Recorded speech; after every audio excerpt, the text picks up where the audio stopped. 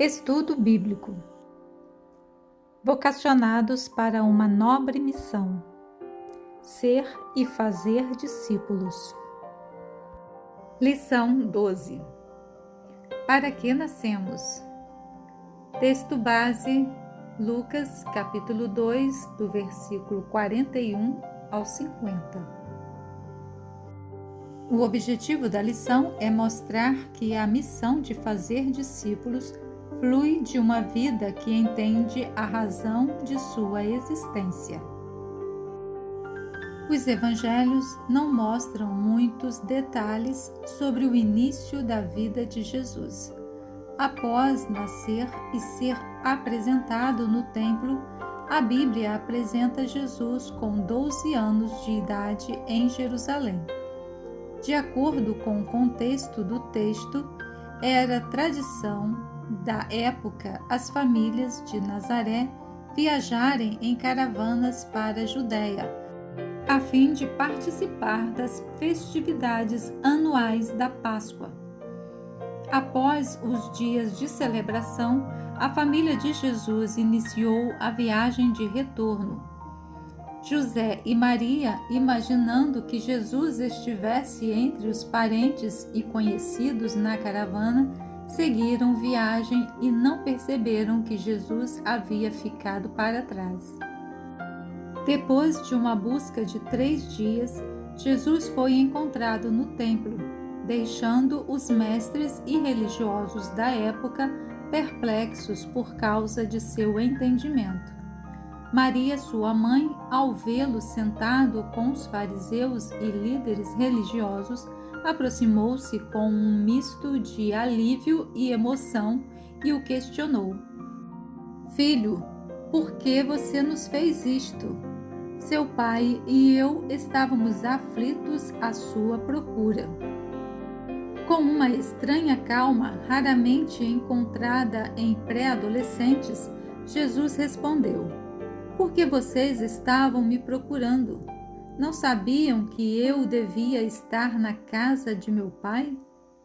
E aqui está o ponto central, pois a resposta de Jesus revela que desde cedo sabia qual era a sua missão e tinha plena convicção a respeito do propósito de sua existência. Jesus entendia a finalidade para a qual nasceu. Jesus sabia qual era o seu chamado. Primeira reflexão: nascemos para conhecê-lo intimamente. Muitos de nós sabemos várias coisas a respeito de Jesus. Somos capazes de dizer onde ele nasceu, sabemos narrar alguns episódios de sua vida. Citamos até mesmo com propriedade alguns de seus ensinamentos e ensinamos sobre os milagres que foram realizados. Mas surge uma pergunta: será que conhecemos Jesus da mesma maneira e com a mesma intensidade que conhecemos um amigo bem íntimo? O nosso chamado é para conhecê-lo intimamente.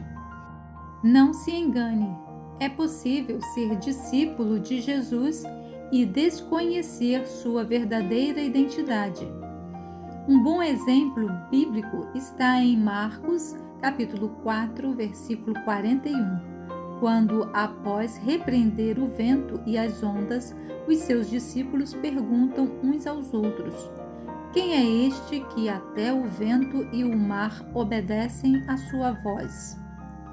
Segundo a Bíblia, Jesus é o Rei da Glória, é o Rei do céu, é o Rei dos reis, é o Senhor dos senhores. Jesus é Senhor porque o seu senhorio não depende de seguidores. Mais de 1000 anos se passaram e ele continua vivo, pois nem a morte foi capaz de derrotá-lo.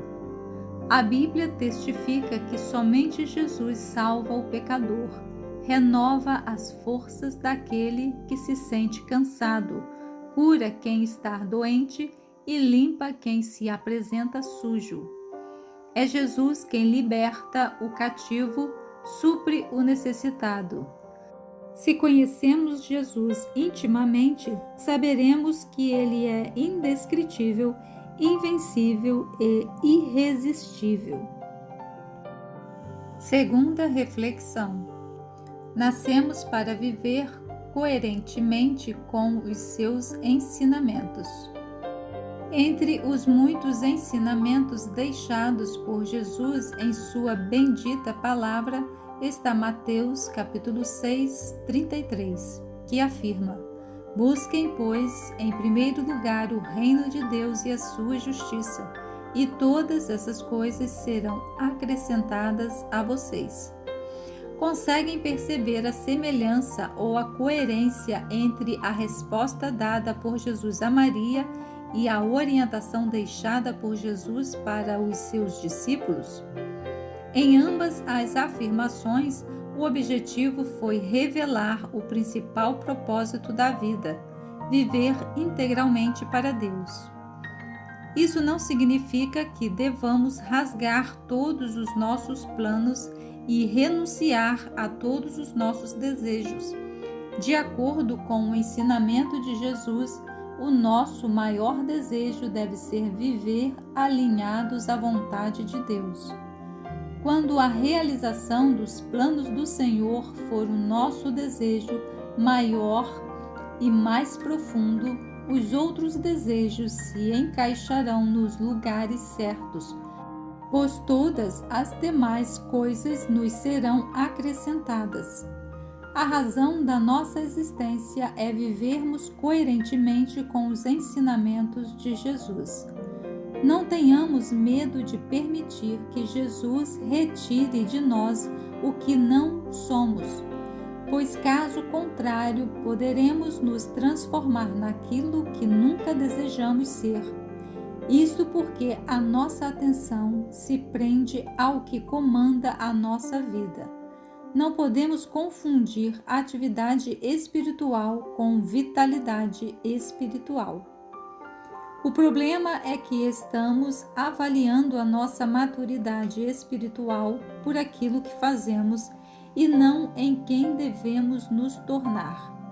Bem disse o sábio contemporâneo que a força de um homem consiste em encontrar o caminho no qual Deus está trilhando e trilhar esse caminho. Vivamos de tal maneira que produzamos edificação na vida dos que estão ao nosso redor, para que com isso glorifiquemos o nome do Senhor. Não podemos nos desviar nem um pouquinho quando se trata de cumprirmos a missão que recebemos e o propósito para o qual existimos. Terceira reflexão: nascemos para influenciar as pessoas a seguirem Jesus. A Bíblia nos mostra que nossa vida tem propósito eterno e parte desse propósito é influenciar pessoas a conhecerem e seguirem Jesus. Fomos alcançados para alcançar outros. Recebemos luz para iluminar. Em Mateus capítulo 5, dos versículos 14 a 16, Jesus declarou: Vós sois a luz do mundo. Assim brilhe também a vossa luz diante dos homens. A luz não existe para si mesma, mas para iluminar o ambiente ao redor. Da mesma forma, quem encontra Cristo passa a refletir sua vida para que outros também o vejam. Em Mateus capítulo 28, do versículo 19 e 20, Jesus ordenou: Ide e fazei discípulos de todas as nações. Isso não é apenas uma tarefa para líderes ou missionários, mas um chamado para todos os que o seguem. Ser discípulo inclui ajudar outros a se tornarem discípulos. Nascemos para algo maior do que nós mesmos. Fomos criados para glorificar a Deus e participar do seu plano de salvação. Quando vivemos intencionalmente para conduzir pessoas a Jesus, estamos cumprindo o propósito para o qual fomos chamados, refletir Cristo e multiplicar discípulos. Não fomos escolhidos apenas para sermos salvos, mas para sermos enviados. Influenciar pessoas a seguirem Jesus não significa impor fé, mas viver de forma tão alinhada com Cristo que outros desejem conhecê-lo. É amar, servir, testemunhar e compartilhar a esperança que recebemos. Nossa influência pode acontecer na família, no trabalho, na escola, na igreja e nas relações do dia a dia. Não podemos nos desviar nem um pouco quando se trata de cumprirmos a missão que recebemos e o propósito para o qual existimos. É tempo de examinar a nossa maneira de viver, arrancando todo e qualquer jugo construído ao longo do caminho e voltarmos genuinamente para Jesus. Agora vamos concluir o estudo de hoje. Fomos criados para Deus, reconciliados por meio de Cristo e enviados ao mundo para uma missão. Jesus deixou claro que fazer discípulos é parte essencial do chamado daqueles que o seguem. Não é uma opção para alguns, mas uma responsabilidade para todos. A vida cristã não termina na conversão, mas começa ali e se transforma em missão. Evangelizar não é apenas falar, mas viver de modo que o Evangelho seja visível.